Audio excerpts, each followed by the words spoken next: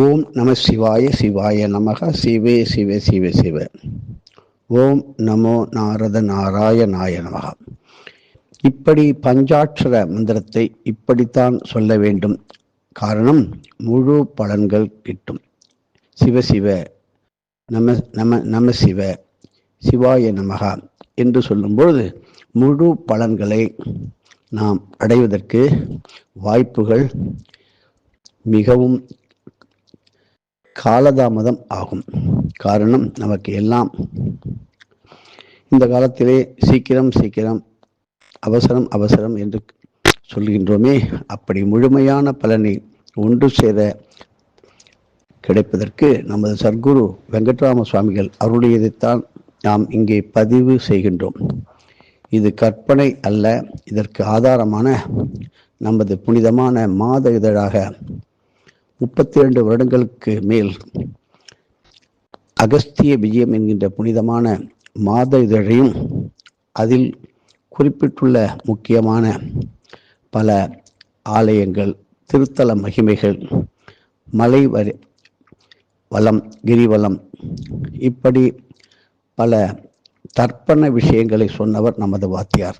இந்த கலியுகத்திலே அத்தனை பேரும், பல லட்சம் பெயர் இப்பொழுது கொண்டாடி வருவதற்கு காரணம் நமது வாத்தியார் என்பதை நாம் அறுதியிட்டு சொல்ல முடியும். காரணம், அப்படிப்பட்ட உயர்ந்த நிலையில் இருந்தும் தன்னை யார் என்று இந்த உலகத்திற்கு சொல்லாமல் பல லட்சம் கோடி சித்தர்களின் பெயரையும், அவர்கள் எங்கே இப்போது இருக்கின்றார்கள், ஜீவசமாதி, பிருந்தாவனம், அதிஷ்டானம், திருவிருசல் மற்றும் பல நட்சத்திரங்கள் வழிபடுகின்ற ஆலயங்கள், அப்படி நட்சத்திரத்திலே பிறந்தவர்கள் தனது வாழ்நாள் முழுவதும் கொண்டாட தரிசிக்க வேண்டிய ஆலயங்கள், இப்படி பிரதோஷ மகிமை,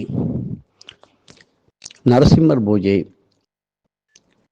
கஜசம்ஹார பூஜை, சர்வேஸ்வரர் பூஜை, ராகுகால பூஜை, சண்டிகேஸ்வரி பூஜை, சண்டிகேஸ்வரர் பூஜை, பைரவ பூஜை, இவையெல்லாம் பிரதோஷ பூஜை எல்லாம் ஒரு காலத்திலே 1976க்கு வரையிலே அப்படியே மங்கி போய்விட்டது. அநேகமாக இதை அறிந்தவர்களுக்கு நன்றாக தெரியும்.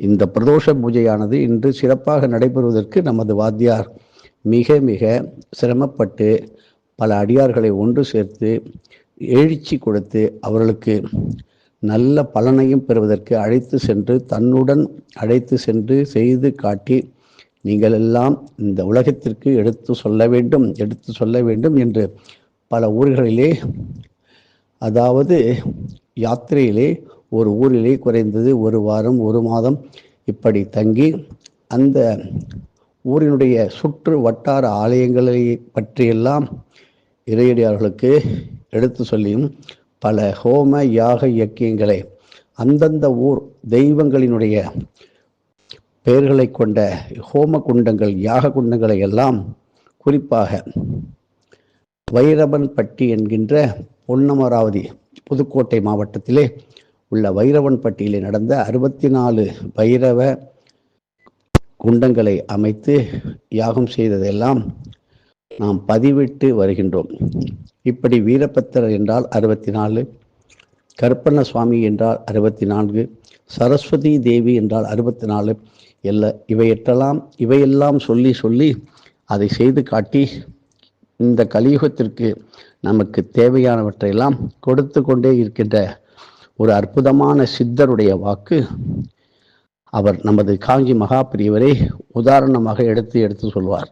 காரணம், ஒரு மகானை பற்றி சொல்லும்போது அவரை பின்பற்றுகின்றவர்கள் நமது மகாபிரியவாளை பற்றி இந்த அளவுக்கு சொல்கின்றார்களா என்கின்ற ஒரு சந்தோஷம், ஆச்சரியம், அதனுடைய தொடர்ச்சி தொடர வேண்டும் என்பதற்காக அவரவர்கள் பின்பற்றும் குருவை பற்றி முழுமையாக சொன்னவர் நமது வாத்தியார். சொல்லிக் கொண்டிருப்பது நமது வாத்தியார்.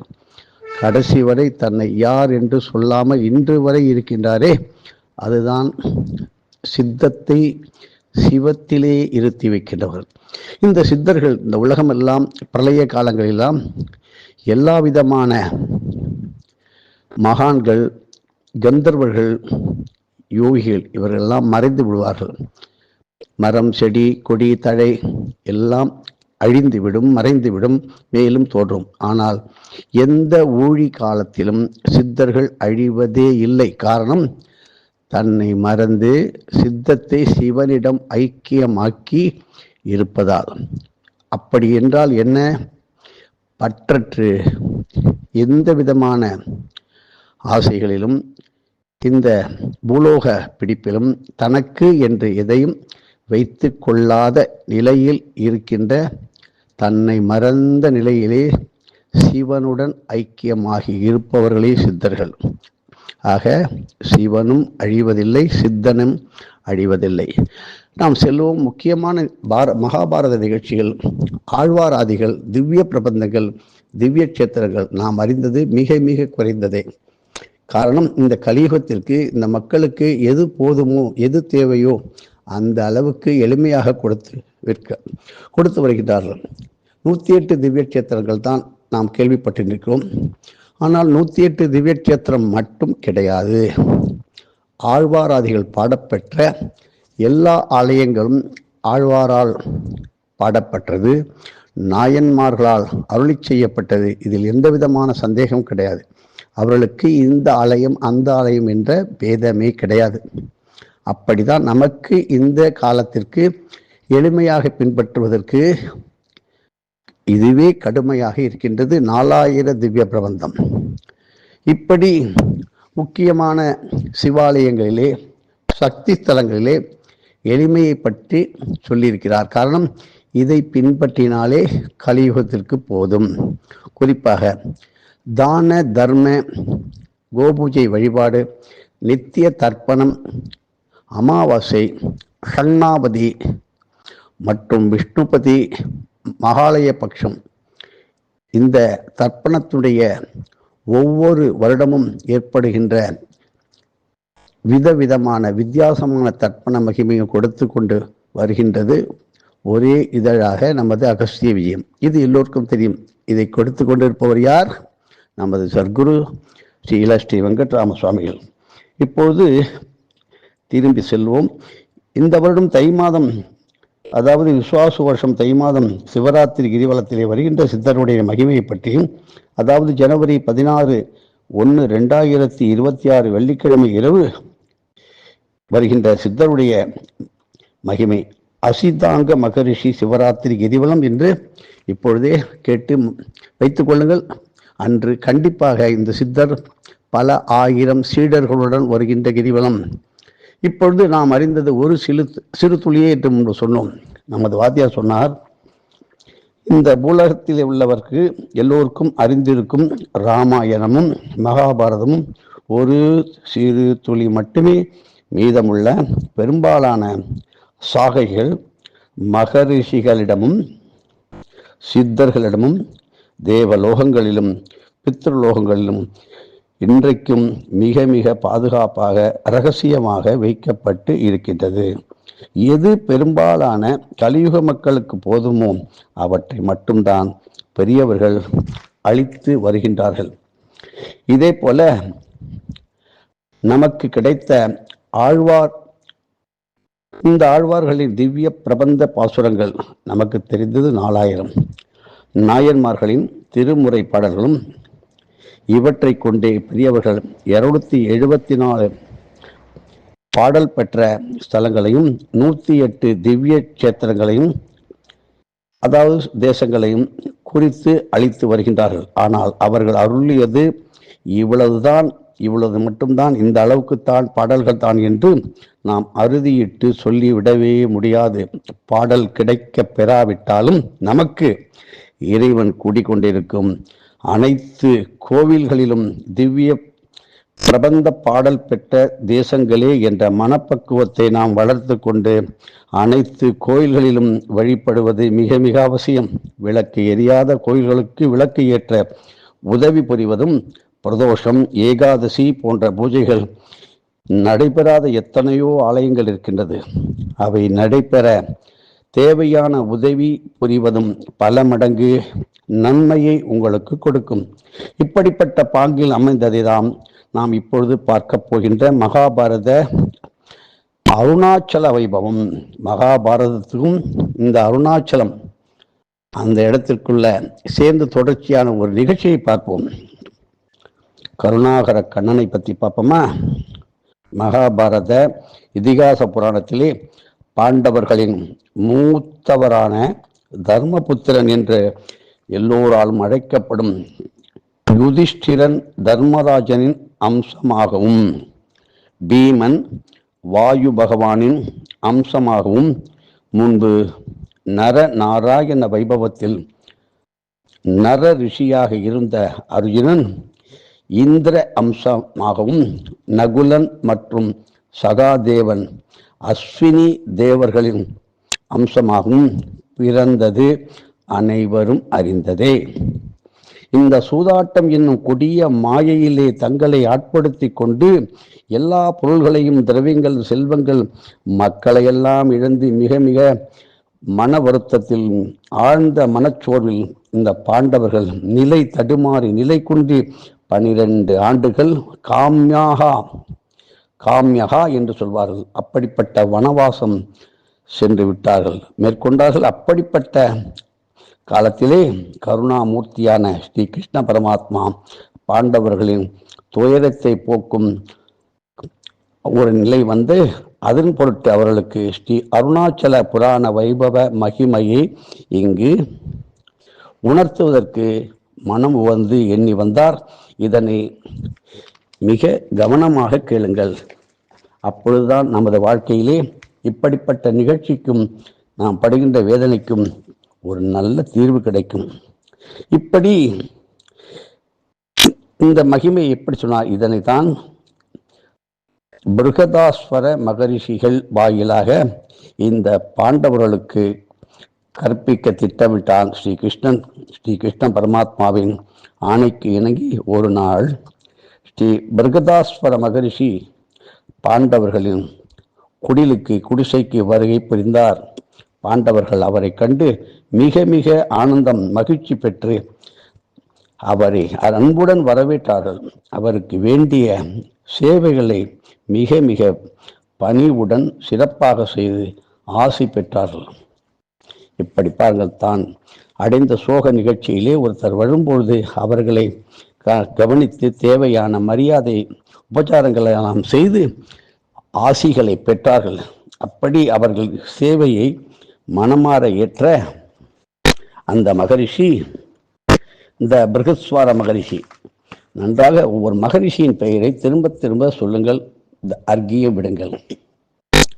இப்படி கிருஷ்ண பரமாத்மா தன்னை எதற்காக உங்களிடம் அனுப்பினார், அந்த வைபவம் என்ன, அதற்காகவே அதை அவர்களுக்கு உபதேசம் செய்ய துவங்கினார். இங்க பாருங்க, அதாவது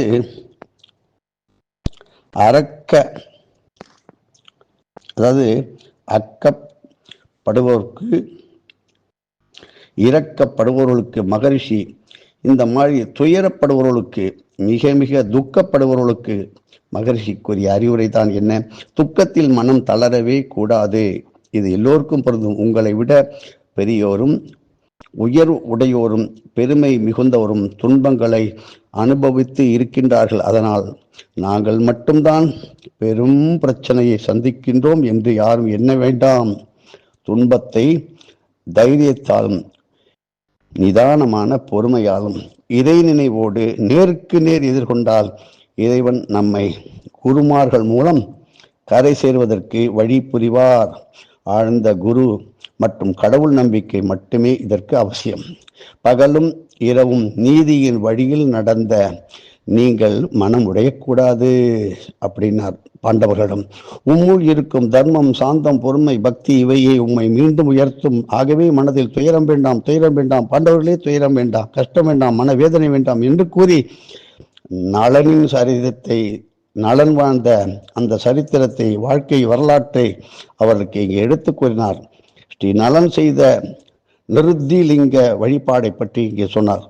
அதாவது நைருதி அப்படிங்கின்ற இந்த நிருத்திலிங்க வழிபாடை நீங்கள் கேளுங்கள் அப்படி என்று பாண்டவர்களுக்கு சொன்னார்.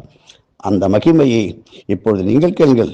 ஸ்ரீ சந்திர பகவானின் வம்சத்தில் பிறந்து நீதி நெறியுடன் நீண்ட காலம் ஆட்சி புரிந்த மகாராஜா நலனை பற்றியும் அவர் திரு அண்ணாமலையில் செய்த நிருத்தி லிங்க வழிபாட்டு முறை பற்றியும் பாண்டவர்களுக்கு மகரிஷி அருமையாக, எளிமையாக, பொறுமையாக, ஆனந்தமாக எடுத்து உரைத்தார்.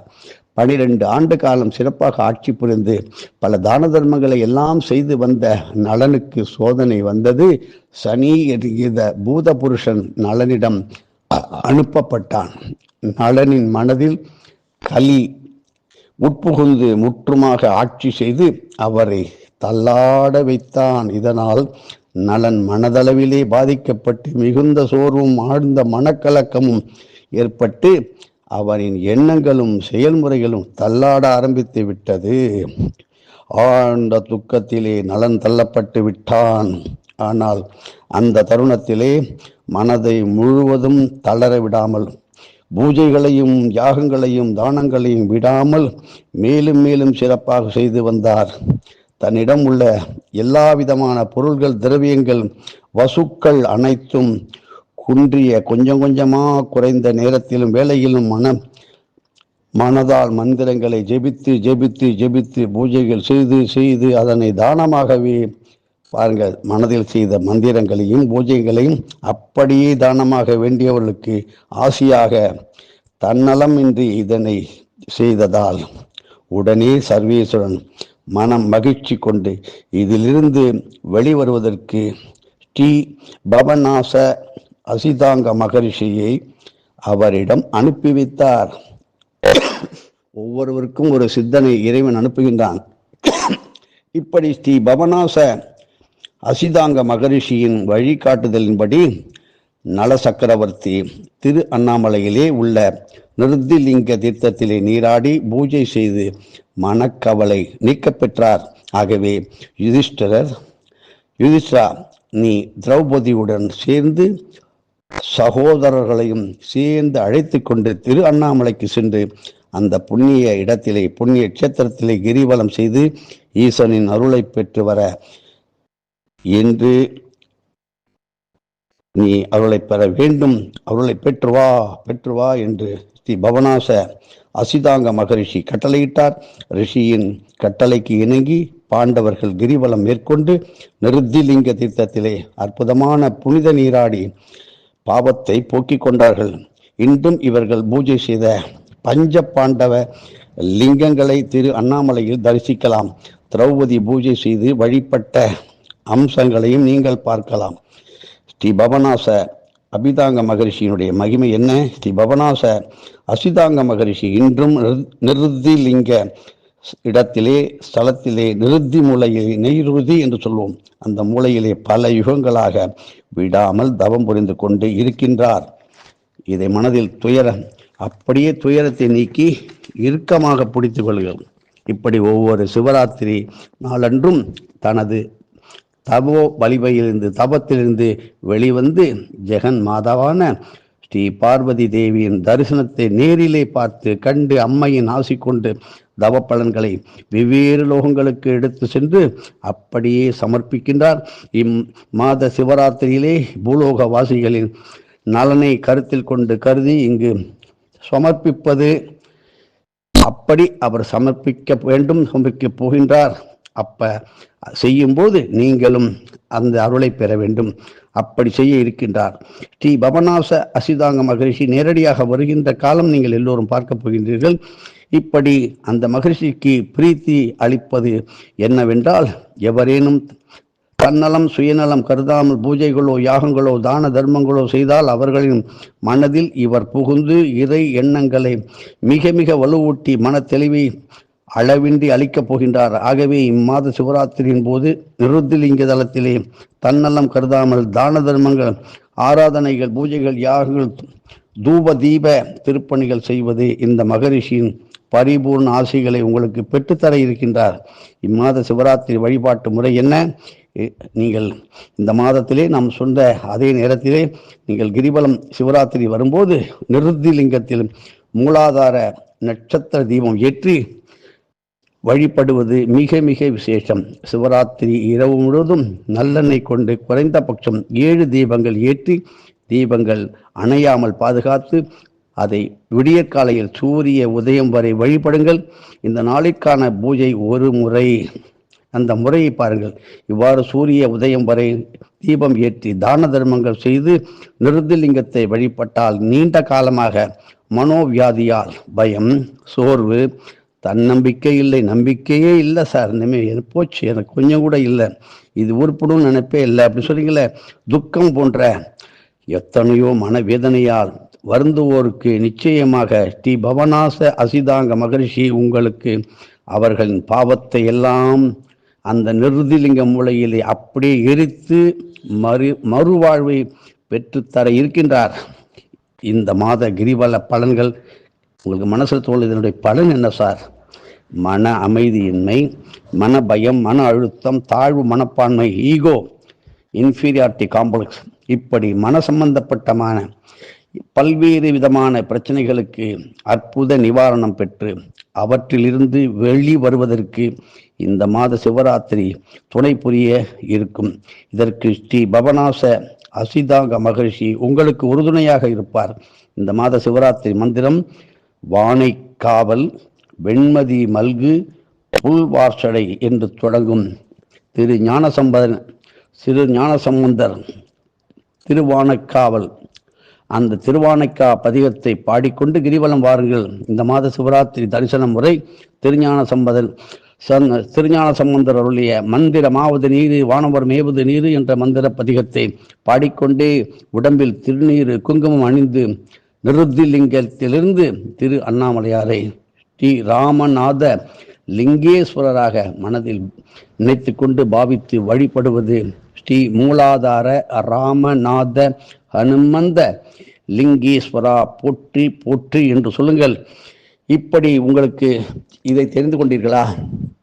என்றென்றும் நீங்கள் உங்களுடைய காரியங்களை எல்லாம் ஆரம்பிக்கும் போது கிழக்கு திசையை ஆண்டு கொண்டு வருகின்ற தெய்வம் என்றால் நாம் எல்லாம் என்ன சொல்கின்றோம்? இந்திரன். அந்த இந்திரன் ஒரு காலத்திலே பல யாகங்கள், இயக்கங்கள், தான தர்மங்களை எல்லாம் செய்து அந்த பதவியை பெற்றால் கலியுகத்தில் அந்த இந்திரனுக்கு பெயர் பவன். இப்பொழுது நம்ம வீட்டிலே செய்கின்றோமே புண்ணியாக வாஜனம் என்கின்ற பவமான சுத்தம் என்று சொல்லுகின்ற இந்த பவனை அவனுடைய திருநாமத்தை கொண்டு செய்யப்படுகின்ற பவமான சுவர்ஜனகா பவித்ரேன விஜர்ச்சனிய போதா சுபநாதமா புனந்தமாதே வஜனாகா புனந்து மனவோதியா என்று சொல்லுகின்ற இப்படி பவனை பற்றி நாம் சொல்கின்ற மந்திரமே பவமான சுத்தம். இப்படி நீங்கள் காலை முதல் மதியம் உச்சி நேரம் வரை காலை நேரத்தில் செய்கின்ற அத்தனை வழிபாடுகளும் கிழக்கு திசை நோக்கியே இருக்கட்டும். காரணம், வெற்றி உங்களுக்கு வரும்.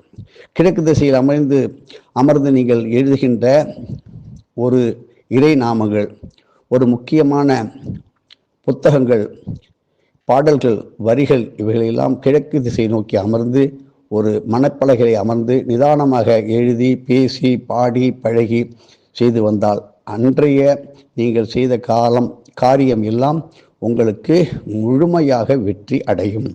அதற்குத்தான் காலையிலே பிரம்ம முகூர்த்தத்திலே எழுந்து வழிபடுவது. சூரிய பகவானை நினைத்து பாஸ்கராய நமகா, பாஸ்கரா போற்றி, பாஸ்கரா போற்றி என்று சொல்லுங்கள். தூங்கி விழிக்கும் போது ஹரிஹரி ஹரிஹரி ஹரிஹரி ஸ்வர்ணமிகி ஸ்வர்ணமிகி ஸ்வர்ணமிகி ஓம் ஜேஷ்டாதேவி சமேத உத்தாள மகரிஷியே போற்றி, ஓம் ஜேஷ்டாதேவி சமேத உத்தாள மகரிஷியே நமகா, கோமதி அம்பிகா சமேத ஸ்ரீ சங்கர நாராயணா போற்றி என்று சொல்லுங்கள். ஹரஹர நம பார்வதி பதையே என்று சொன்னால் அந்த வாரம் முழுவதும் உணவு தட்டுப்பாடு வராது. மேலும் நாகலிங்க புஷ்பத்தை வைத்து வழிபடும் பொழுது ஒரு நாகலிங்க பூவை நாம் பறிக்க வேண்டும், அதை எடுக்க வேண்டும் என்று நினைத்தால் அதற்கு உள்ள மிக கடைப்பிடிப்பு பூஜை முறை என்பது மிக எளிது.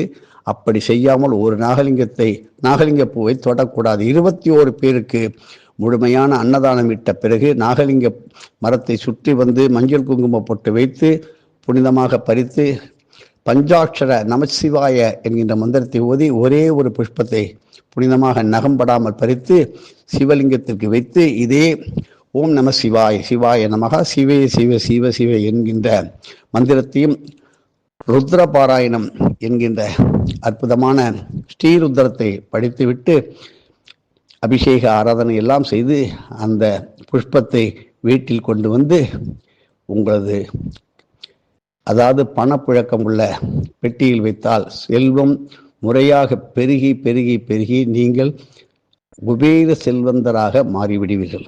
இந்த செல்வமானது கெட்ட வழிக்கு தண்ட செலவு என்று சொல்கின்றன, வீண் செலவு அப்படி ஆகாது. தேவையான நேரத்தில் செல்வம் வரும்.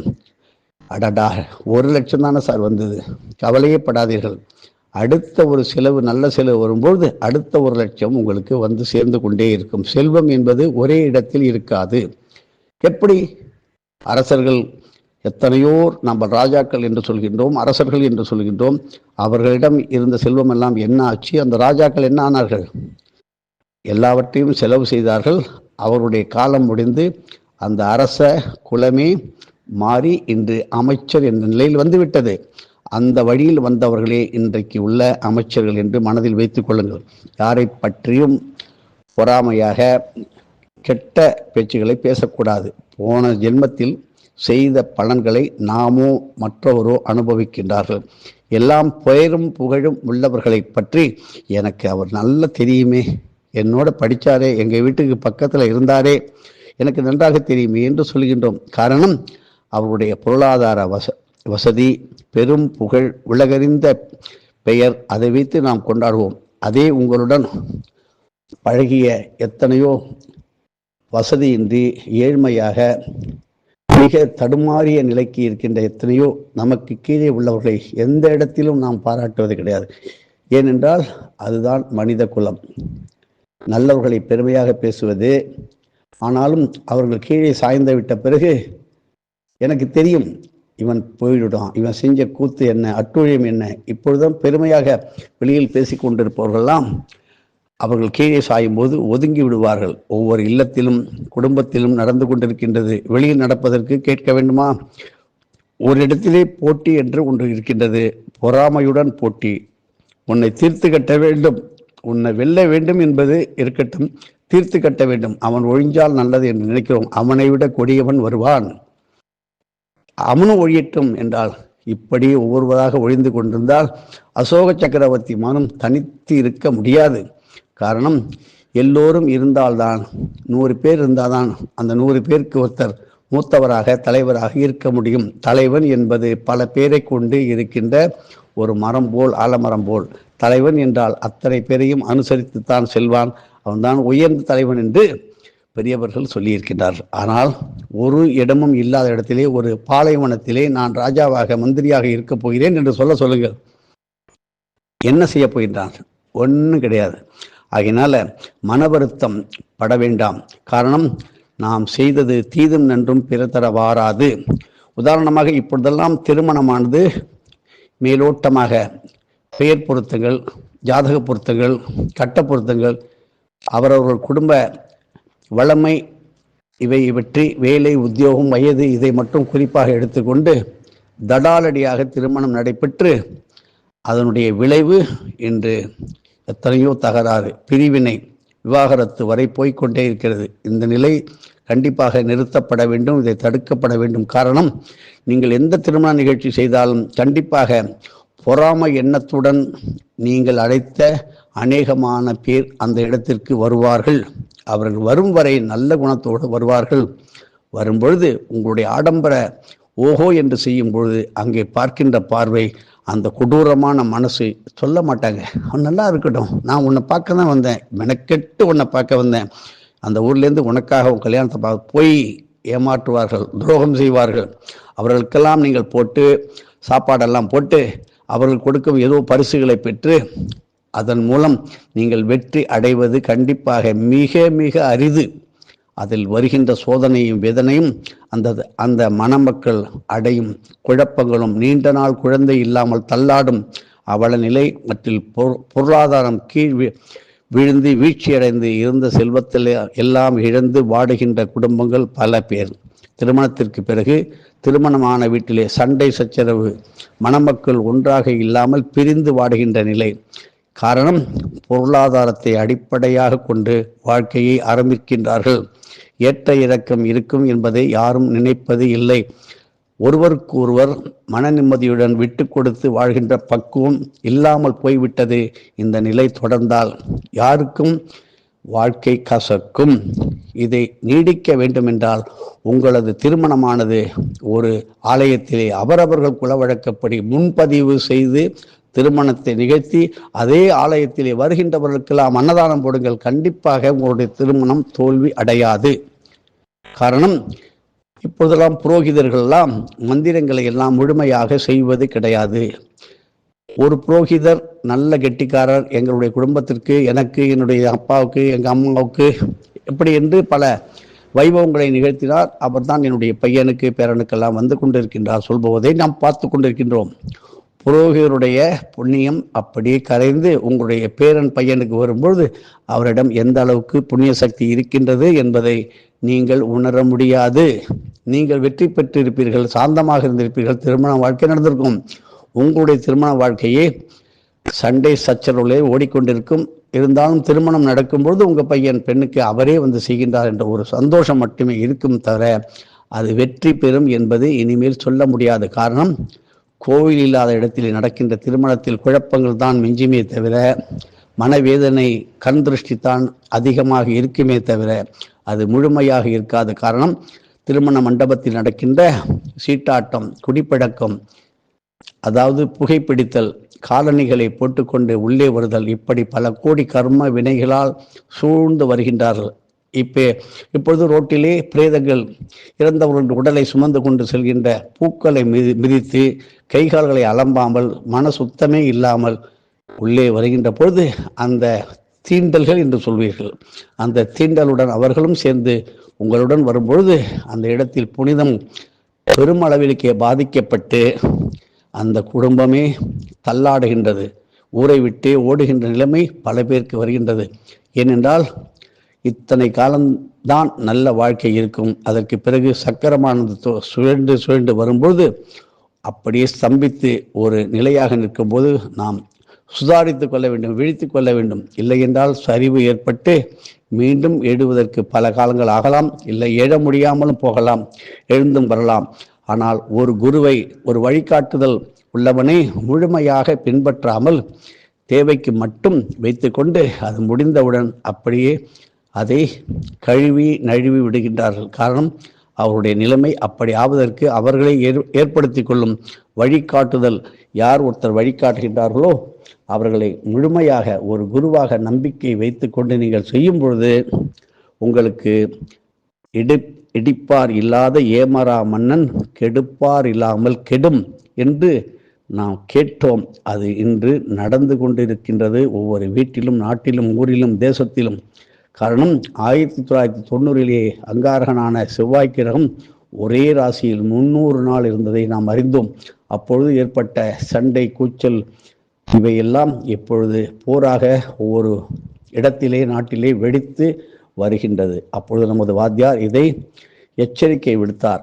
இப்படி குறிப்பாக நமது தேசத்திலே, இந்தியாவிலே, குறிப்பாக தமிழ்நாட்டிலே எந்த செவ்வாய் தோஷமும் தாக்காத அளவுக்கு முக்கியமான ஸ்தலங்களான 2 நாம் தெரிந்து கொள்ள வேண்டும். ஒன்று, சென்னை பூந்தமல்லியில் உள்ள கரளக்கட்டை ஜீவசமாதி கொண்டுள்ள ஸ்ரீ வைத்தியநாத சுவாமி ஆலயம், மயிலாடுதுறை என்கின்ற மாயவரத்தில் அருகிலுள்ள வைத்தீஸ்வரர் கோவில் மற்றும் தேனிமலை, இவையெல்லாம் செவ்வாயினுடைய பூமி.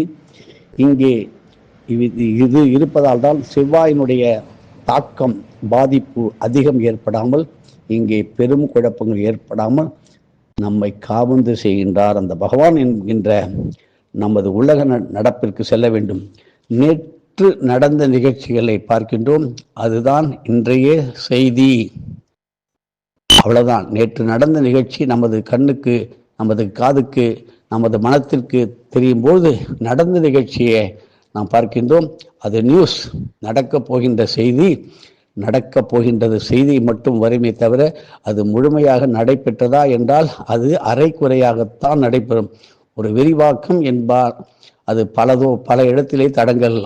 அதனால் எதிர்காலத்திலே முழுமையாக அது நிறைவேறாமல் போவதை நீங்கள் பார்த்திருப்பீர்கள். ஒரு திட்டம் வகுப்பார்கள், அந்த திட்டம் என்னவாயிற்று? திட்டம் போடுகின்றோம் என்று நாம் சொல்லுகிறோம், அதை முழுமையாக முடித்து விட்டோம் என்று சொல்ல முடியாத அவல நிலை வருகிறது. காரணம், தக்க வழிகாட்டுதல் இல்லை, வழிகாட்டுதலை பின்பற்றவில்லை என்பதை நாம் மனதில் கொள்ள வேண்டும். இப்படி பல கோடி இடங்களிலே, வீடுகளிலே மன வருத்தங்கள் எல்லாம் இருந்தும் பணம், அந்தஸ்து இவைகளை வைத்து தான் வாழ்க்கையை எடை போடுகின்றார்கள். படிப்பு, பட்டம், பதவி இவைகளை வைத்துதான் எல்லோரையும் வரவேற்கின்றார்கள். சபை அலங்காரம், மாறுவேடம் போல வேடதாரியாக இருப்பவர்களை தான் இந்த உலகம் நம்பும். ஆனால் எளிமையாக இருப்பவனிடம் உள்ள அதீத சக்தி தெரிவதில்லை. அதற்குத்தான் சித்தர்கள் தன்னை யாரென்று காட்டிக்கொள்ளாமல் நல்லவருக்கு நல்வழி காட்டியும் தவறாக செல்பவர்களுக்கு மறைமுகமாக அவர்களை திருத்துவதற்கும் முயற்சி செய்கின்றார்கள், உதவி செய்கின்றார்கள். அதை நாம் பின்பற்றுவது இல்லை. ஏதோ ஒரு லக்னம், நாள், தேதி செய்து விட்டு, குறித்து விட்டு அதை மட்டும் சாதித்து விட்டோம் என்று நினைக்கும் போது அடுத்த நிலைமைக்கு போகும்போது அந்த குருவை மறந்து விடுகின்றார். உதாரணம், கரூரார் ராஜராஜ சோழன். அது நீங்கள் அந்த புராணத்தை கேட்டு தெரிந்து கொள்ளுங்கள், தெரிந்தவர்களிடம். ஆகையினால இப்படி குரு இல்லாத வாழ்க்கை, குருட்டு வாழ்க்கை, குரு இல்லாத வித்தை, குருட்டு வித்தை, குரு தொட்டு காட்டாத வித்தை சுட்டு போட்டாலும் வராது. இப்படி நீங்கள் கிழக்கு திசையிலே, உங்களது வீட்டிலே முக்கியமாக உங்களது எழுந்து பார்க்கும்போது கிழக்கு திசையிலே இருக்க வேண்டிய மஞ்சளான நிறங்களான பொருட்கள், குறிப்பாக தங்கம், மஞ்சள் நிறம், மஞ்சள் வஸ்திரம், இப்படி மஞ்சள் நிற இறை படங்கள் இவையெல்லாம் கிழக்கு திசையில் வையுங்கள். சுபமங்கல தரிசனத்தை பார்த்து பவாய நமகா, ஹரிஹரி இப்படி சொல்லி எழுந்திருங்கள். உங்களது காலம் இன்றில் இருந்தாவது இப்பொழுது இருந்தாவது மாற வேண்டும். இதை முன்பு சொன்னதை மீண்டும் ஒரு முறை சொல்கின்றோம். ஆகையினால ஒவ்வொரு நாளும் ஒரு சித்தருடைய தலைமையிலே திருவண்ணாமலை கிரிவலம் நடந்து கொண்டே இருக்கின்றது. ஆனால் ஒருவர் அதை செய்தார், அதுபோல நான் வர வேண்டும் என்று மட்டும் எண்ணி செய்து விடாதீர்கள். அவருக்கு வந்த நல்லது ஒரு பக்கம் இருக்கட்டும், அவருக்கு வந்த வியாதி, கஷ்டம், வைத்தியம், சிகிச்சை உங்களுக்கும் சேர்ந்து வந்துவிடும். அதனால் நீங்களாக இருங்கள்.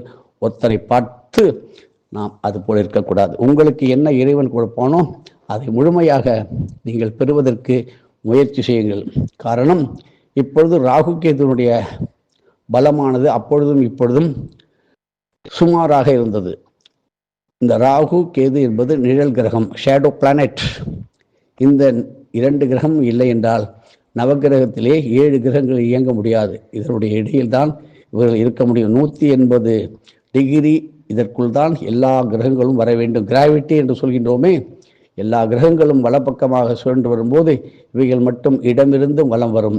ஆகையினால ராகு கேதுகள் மிக முக்கியமான கிரகத்தை நாம் தெரிந்து கொள்ள வேண்டும்.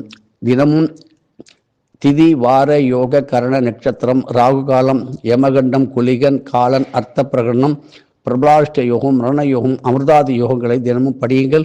தினமும் பஞ்சாங்கத்தை வாசித்தால் அன்றைய காரியம் வெற்றியடையும். உங்களுக்கு மனதில் டைம் இல்லை என்று சொன்னால் காரியம் அப்படித்தான் நடக்கும்.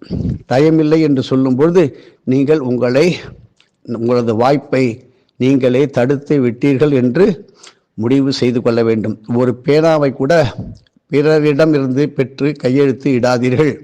உங்களுக்கு என்ற எழுதுகோள் தனியாக வைத்துக் கொள்ளுங்கள்.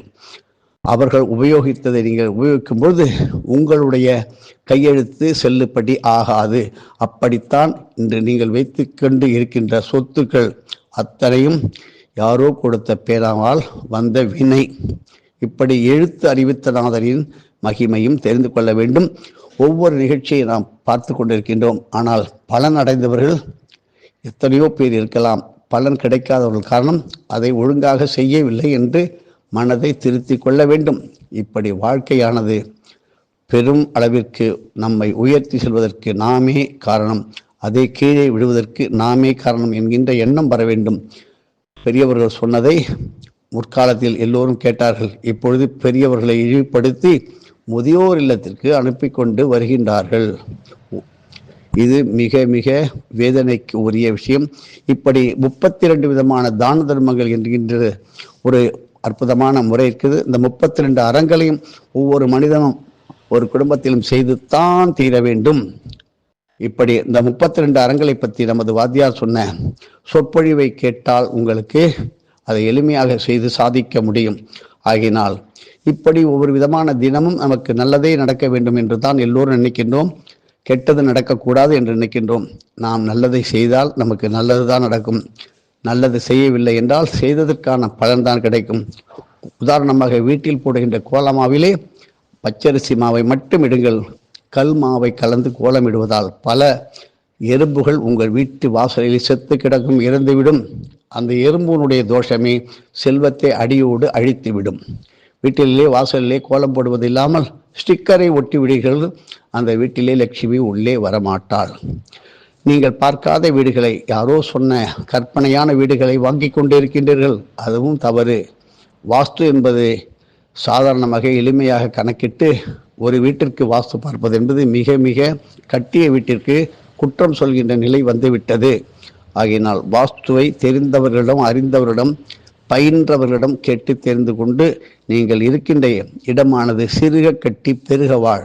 சிறிதாக குடிசையாக இருந்தாலும் மன வளம் சந்தோஷத்துடன் இருப்பது தானே தவிர பெரிய அரண்மனை போல் இருந்தவர்கள் எல்லாம் இப்பொழுது இருந்த இடமே தெரியவில்லை. போய் பாருங்கள், எத்தனையோ இன்று அரண்மனைகள் அப்படியே பாழடைந்து போய் கிடக்கின்றது. என்ன ஆகிவிட்டது? அவர்கள் செய்த தான தர்மம் எல்லாம் என்ன ஆச்சு? அப்படி இருக்கும் பொழுது நாம் எதை செய்தோம், எதை செய்யவில்லை என்று பார்த்தால் அவரவர்கள் மனசாட்சியே சொல்லும். நமக்கு என்று எல்லாத்தையும் சுருட்டி வைத்து கொண்டு எல்லாம் தனக்கு மிஞ்சி தானம் தர்மம் என்று சொல்கின்றீர்கள். தவறு. தனக்கு கஷ்டங்களே அதிகமாக வந்தாலும் அந்த கஷ்டங்களை எல்லாம் மிஞ்சி ஒன்றுமே இல்லை என்றாலும் தான தர்மம் செய்வதுதான் தனக்கு மிஞ்சி தான தர்மம். அதைத்தான் நாம் முன்பே பார்த்தோம். நாம் செய்கின்ற பூஜை பலன்கள், இறைநாமங்கள் ஓதிய பலன்களையும் தர்மமாக ஆசிகளாக விட்டுவிட்டால் அதுதான் உயர்ந்த தர்மம். தர்மத்தின் எல்லையை நீங்கள் ஒரு மகானிடம், சித்தனிடம் கேட்டு தெரிந்து வாழ வேண்டும். தொடர்ந்து பார்ப்போம். இன்று கிழக்கு திசை, ஒவ்வொரு நாளும் ஒவ்வொரு திசையை பற்றி தெரிந்து கொள்வதற்கு தொடர்ந்து கேட்டு எல்லோருக்கும் சொல்லுங்கள். தனிமையாக எதையும் தனக்கு என்று வைத்துக் கொள்ளாதீர்கள். ஒரு மூட்டை நெல்லை நீங்கள் விதைத்தால் 100 மூட்டை நெல்லை அறுவடை செய்கின்றீர்கள். 1 ரூபாய் பணத்தை நீங்கள் ரோட்டில் உங்களுடைய இடத்தில் போட்டு வைத்தால் அதை எத்தனை வருடம் கழித்து, எத்தனை மாதம் கழித்து எடுத்தாலும் அந்த 1 ரூபாய் நோட்டோ அந்த பணமோ ஒரு தங்க காசோ அது மட்டும்தான் திரும்பி வரும். அது மிகுந்த விளைச்சலை அதிகரித்து காட்டாது. ஆகையினால் எது நமக்கு உண்மையாக இயற்கையாக இறைவன் கொடுத்தானோ அதை பின்பற்றுங்கள். உதாரணமாக இப்பொழுது பார்த்தோம், 1 மூட்டை நெல்லை விதைத்தால் 100 மூட்டை கிடைக்கின்றது. ஒரே 1 ரூபாயை நீங்கள் விதைத்தால் அந்த 1 ரூபாய் 100 ரூபாயாக ஆவது கிடையாது, முடியாது. அது பாதுகாப்பாகவும் இருக்காது, அது பயன்படாது. ஆகினால் இப்பொழுதெல்லாம் வாத்தியார் சொல்வார், ஒரு அணுகுண்டு போட்டால் ஒரு 1000 மூட்டை அரிசி வந்தால் அது மெய்ஞானம். அது பல பேரை, பல ஜீவங்களை அழித்தால் அது விஞ்ஞானம். அதனால் பாவங்கள் தான் மிஞ்சுமே தவிர இதில் உற்பத்தி என்பது கிடையாது. ஒரு அணுகுண்டு, ஒரு குண்டை போட்டால் 100 மூட்டை நெல், 100 மூட்டை அரிசி, தானியங்கள் வந்தால் அதுதான் இறைசக்தி. அழிவதற்கு இறைவன் உதவி செய்வது இல்லை, அழிப்பதற்கு நமக்கு தகுதி இல்லை. அதனால் வருகின்றது வேதனையும் சோதனையும். யார் ஒருத்தர் செய்கின்றாரோ அது எல்லோருக்கும் செல்லும். எப்படி? மன்னன் எவ்வழியோ மக்கள் அவ்வழி. மக்கள் செய்கின்ற குற்றங்கள், பாவங்கள் அனைத்தும் மன்னன் தலைமையிலே. ரொம்ப ஈஸி கிடையாது, எளிமை கிடையாது. அந்த ஆசனம் கொடியதான ஒன்று, ஆளையே கொல்லும். அப்படிப்பட்ட ஒரு இடம். அதற்காக எத்தனையோ சக்கரவர்த்திகள் என்று சொல்கின்றவர்கள், மகாராஜாக்கள் என்கின்றவர்களெல்லாம் நிலை தடுமாறியார் போன வைபவங்கள், நிகழ்ச்சிகள் நமக்கு இதிகாச புராணங்கள், ராமாயணம், மகாபாரதம், நலசரிதம் இதையெல்லாம் நீங்கள் கேட்டு தெரிந்து கொண்டால் எண்ணத்தை கொண்டு வந்தோம், எண்ணத்தை எடுத்து செல்கின்றோம். நமது அப்பா, அம்மா, தாத்தா, நமது மூதாதையார் சேர்த்து வைத்த சொத்துக்களை எல்லாம் எடுத்து சென்றிருந்தால் நம் கதி என்ன ஆயிருக்கும்? எல்லாவற்றையும் விட்டு அந்த உடல் மட்டும் தனியாக, ஆன்மா மட்டும் தனியாக பிரிந்து செல்கிறது. இப்படி படுத்த படுக்கையுடன் இருப்பவர்கள் நல்ல நிலைக்கு, அதாவது யம தர்மராஜ லோகத்திற்கு செல்லாமல் கைலாயத்திற்கு இறைவனிடம் செல்வதற்கு நாகலிங்க புஷ்பத்தை முறையாக வழிபட்டு அவருடைய தலையணைக்கு கீழே வைத்தால் அவர் இறக்கும் தருவாயில் யம தர்மராஜன் யமதூதர்களால் சிக்கப்பட்டு மனவேதனை அடைந்து அவர் இறக்க மாட்டார். தொடர்ந்து பார்ப்போம். எதுவும் என்னுடையதல்ல, அனைத்தும் உன்னுடையது. அருளாலா அருணாச்சலா.